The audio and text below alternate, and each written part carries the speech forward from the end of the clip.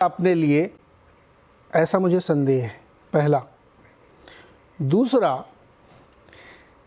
जब आरक्षण के लिए उन्होंने 2015 में बयान दिया था बिहार वाले में, तो उसके राजनीतिक परिणाम हम लोगों ने देखे थे। तीसरा, वैचारिक संस्था है, बहुत सोच के बोलते हैं, ऐसा नहीं संघ वाले कुछ भी बोल दें, उनको कॉन्टेक्स्ट पता रहता है, वो हम लोग ज़्यादा अवेयर रहते हैं। तो सर आपके मासूम विश्लेषण पे मैं वारी जाऊँ वाले मामला हो गया एकदम। अवधेश जी ने ऐसा नहीं, मासूम नहीं है सर, न तो आप मासूम है न हम मासूम हैं। जी देख रहे हैं मासूम विश्लेषण नहीं है। मैं जो मेरी जितनी समझ है वो तथ्यात्मक वक्तव्य तथ्यात्मक दे रहा हूं। अब आपको अधिकार है उसका अर्थ लगाने का, आप लगाएंगे। मेरे से पूछेंगे तो मैं तो बाएं दाएं जाने वाला नहीं हूं, क्योंकि मुझे सच पता है। विनोद जी कुछ टिप्पणी करना। विनोद जी बताइए क्या सर। आपने बहुत जाति की अवधेश जी के साथ। अवधेश जी का विश्लेषण बिल्कुल मासूम नहीं है, उन्होंने बहुत सीने से रफू किया है, बड़े प्यार से। जैसे रफू किया जाता है ना, तो उन्होंने रफू किया है। जो पैबंद होते हैं उनको बहुत करीने से, मतलब आप पकड़ ही नहीं पाओगे कि यहाँ कभी पैबंद था, एकदम बढ़िया से रफू कर दिया। अच्छा एक मिनट जरा, विजय आपका थोड़ा लेट होता, पहले करण के पास चलते हैं। करण वर्मा जी, क्या लगता है आपको ये, मतलब ये मैं तो कह रहा हूँ टाइमिंग भी देखिए आप। जैसे अभी जो अवधेश जी ने कहा ना, उसको सीरियस नोट पर मैं बताता हूँ कि आरक्षण का एक बयान किसी 2-4 सांसदों ने दिया, उसके बाद मोदी जी तक सफाई देते रहे, लेकिन वो काम नहीं किया। अब स्वयं अवधेश जी स्वीकार कर रहे हैं कि वो नीचे जाके कर गया।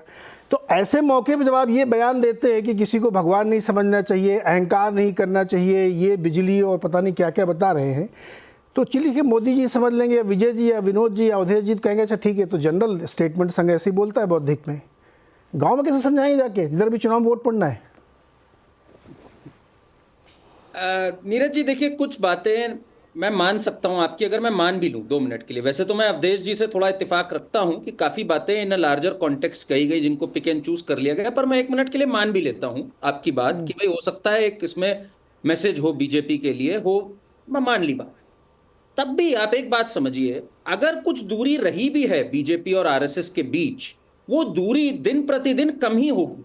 आप एक बात समझिए, इनका लार्जर गोल, ये एक आइडियोलॉजिकली बाउंड है दोनों, चाहे बीजेपी हो चाहे आरएसएस हो, स्पेशली आरएसएस। ये वो नहीं है जैसे कांग्रेस पार्टी होती है कि भाई आज हमने कह दिया ना जात पे ना पात पे, मोहर लगाओ हाथ पे, हम जातिवाद के बिल्कुल विरुद्ध है। अचानक 10-15 साल बाद जातिवाद की बात करनी स्टार्ट कर दी क्योंकि हमें सूट करता है। ये वो लोग हैं जो 100 साल से एक ही विचारधारा पे टिके हुए हैं, इसलिए इनका जो बड़ा लक्ष्य है नीरज जी, वो बिल्कुल साफ है। और दिन प्रतिदिन आज हमने देखा राहुल गांधी जी ने क्या क्या बोला संघ के बारे में, आरएसएस के बारे में, कि भाई वो औरतों को एक भूमिका में देखते हैं और इसको देखते हैं। तो ऐसे में ये दोनों हमेशा साथ आएंगे। इस बार का जो लोकसभा का अपसेट भी हुआ, जिसको मैं अपसेट कहूंगा, जबकि मोदी जी प्रधानमंत्री बने दोबारा तीसरी बार, पर तब भी इसके बाद ये करीब ही आए, क्योंकि इन्हें पहली बार ये बात लगनी स्टार्ट हुई कि भाई हमें आपस में बात करनी है। मनमुटाव हो भी, अगर मैं मान भी लूं 1 मिनट के लिए आपकी बात, तो हमें साथ आना है। बड़ी मुश्किल से हम यहां तक पहुंचे, पीढ़ियां दर पीढ़ियों के संघर्ष के बाद वो मौका आया कि आरएसएस, जिसकी विचारधारा, जिनको इतना प्रताड़ित किया गया था, उनके विचारधारा को सामने रखते हुए पार्टी सत्ता में आई। इसलिए इन्हें इसकी कीमत और पता लगी है अगर कुछ हुआ है लोकसभा के बाद। और अब कम्युनिकेशन खुला है। जेपी नड्डा जी का बयान आ गया कि भाई हमें अब इनकी जरूरत नहीं है, वो बैकफायर किया, मैं मानता हूं बिल्कुल बैकफायर किया।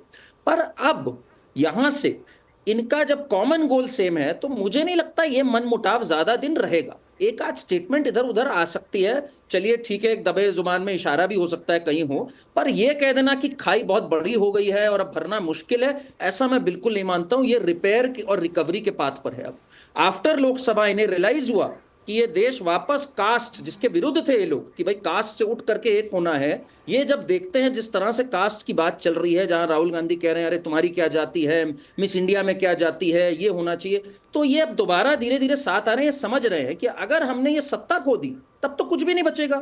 आज संघ के जितने मुख्य कार्य थे उसे क्रियान्वित तो बीजेपी ने किया ना। आर्टिकल 370 का हटना, ट्रिपल तलाक का हटना, राम मंदिर बनना, इन सबको क्रियान्वित तो बीजेपी ने किया। संघ की विचारधारा पहली बार इस तरह मेन स्ट्रीम में, और मोहन भागवत जी की मेन स्ट्रीम में आई, वो बीजेपी के कारण ही आई, इनके सत्ता के कारण ही आई। तो ये बात भी ये बहुत अच्छे से समझते हैं। इसलिए अगर हम ये सोच रहे हैं कि ये आपस के मन मुटाव में साथ आना छोड़ देंगे, मुझे नहीं लगता ऐसा बिल्कुल भी होने वाला है। लोकसभा अच्छा में भले ही करण, हुआ हो, करण एक सवाल और नुकसान इनको आपसे। हुआ और ये समझ गए।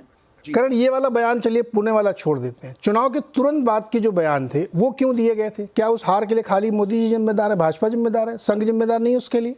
इतने अगर काम किए हैं जो कोई नहीं कर सकता था और इस सरकार ने करके दिखाए हैं, संघ का एजेंडा लागू हो रहा था, तो फिर क्यों आप उलाहना दे रहे थे? नहीं, पूरी तरह तो नहीं दे रहे थे। ये मैं इसमें अवधेश जी से थोड़ा सा इत्तेफाक रखता हूं, थोड़ा सा पिक एंड चूज हुआ है। उन्होंने बार बार कहा कि भाई चुनाव में जिस तरह से झूठ बोला गया, लोगों ने उठा के कांग्रेस के आईटी सेल ने मिला दिया कि मोदी जी से, जबकि झूठ कांग्रेस ने बोला कि रिजर्वेशन खत्म कर देंगे, संविधान खतरे में है। उन्होंने ये तक बोला टेक्नोलॉजी का यूज हुआ। टेक्नोलॉजी का यूज किसने किया था? रेवंत रेड्डी ने किया था। डीप फेक वीडियो को जो रिट्वीट किया था अमित शाह जी के कि हम आरक्षण खत्म कर देंगे। तो कई बातें इन्होंने कांग्रेस को बोली। कांग्रेस के आईटी सेल ने इधर बहुत नटोरियसली ये एक धारणा बनाने की कोशिश करी है कि संघ और भाजपा में खाई है। मैं कहता हूं मान भी लूं अगर डिफरेंसेस हैं, मैं तो डिफरेंसेस मानता हूं, खाई नहीं मानता हूं। वो अब डिफरेंसेस कम ही होंगे जब एक ही है कॉमन गोल कि राहुल गांधी हैं जो दोनों को गाली भी दे रहे हैं सुबह शाम, दोनों को कोस भी रहे हैं और दोनों को एक ही ताने बाने में बुन रहे हैं। तो ये दोनों करीब आने ही आने हैं। और कांग्रेस ये एक बहुत बड़ी गलती कर रही है, बार बार संघ को गाली देने से, जैसे आज राहुल गांधी ने दी, बार बार संघ के ऊपर प्रश्न चिन्ह उठाने से ये बीजेपी और आरएस को साथ ही लाएंगे। अगर इनका कोई पॉलिटिकल एडवाइजर है, इनको ये एडवाइस देनी चाहिए कि इस तरह से आप दोनों को अगर टारगेट करेंगे, ये दोनों वैसे ही साथ आ जाएंगे और वैसे भी ये दोनों साथ आएंगे। आप ये समझ लीजिए, बिकॉज इनको समझ आ गया 1% का वोट। नीरज जी, मैं थोड़ा पर्सपेक्टिव दूंगा। इस बार संघ इतना नहीं निकली बाहर लोकसभा में। और मेरी रतन शारदा जी से, जिन्होंने ये लेख लिखा है ना, उनसे बहुत अच्छे संबंध है, उनसे मिलना जुलना लगा रहता है। 1% वोट कम मिला बीजेपी को, 63 सीट का नुकसान हो गया।